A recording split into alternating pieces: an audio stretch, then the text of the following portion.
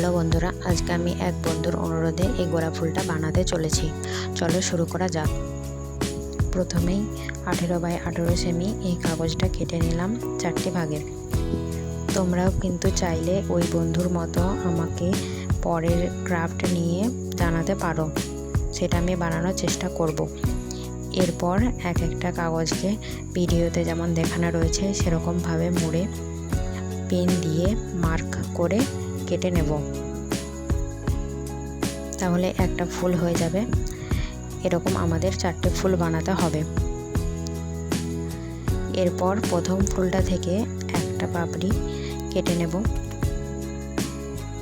দ্বিতীয় ফুলটা থেকে 2টো পাপড়ি কেটে নেব, তৃতীয় ফুলটা থেকে 3টে পাপড়ি এবং চতুর্থ ফুলটা থেকে 4টে পাপড়ি কেটে নেব। ভিডিওটা অবশ্যই শেষ পর্যন্ত দেখতে থাকো, আর চ্যানেলে নতুন হলে অবশ্যই লাইক এবং সাবস্ক্রাইব করে পাশে থাকবেন।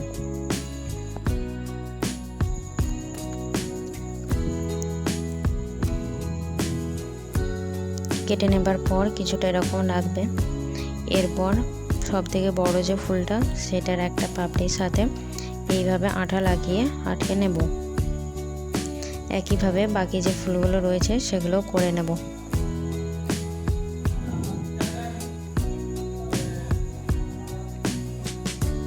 দেখো এরকম শেপে চলে আসবে সমস্ত ফুলগুলো চেটানোর পর।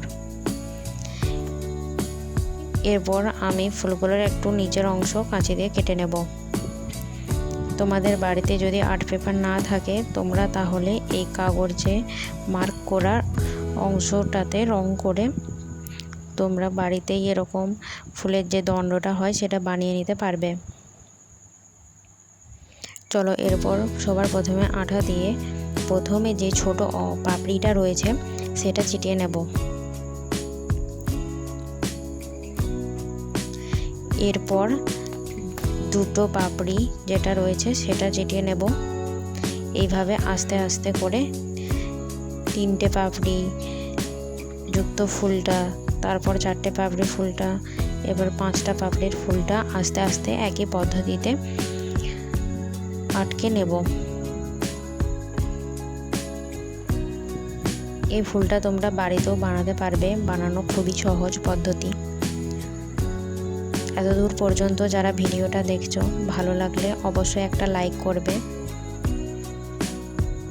এবং সাবস্ক্রাইব করে পাশে থাকবেন। ধন্যবাদ। আপনারা চাইলে আমাকে এরকম আরও ক্রাফটস আইডিয়া দিতে পারেন।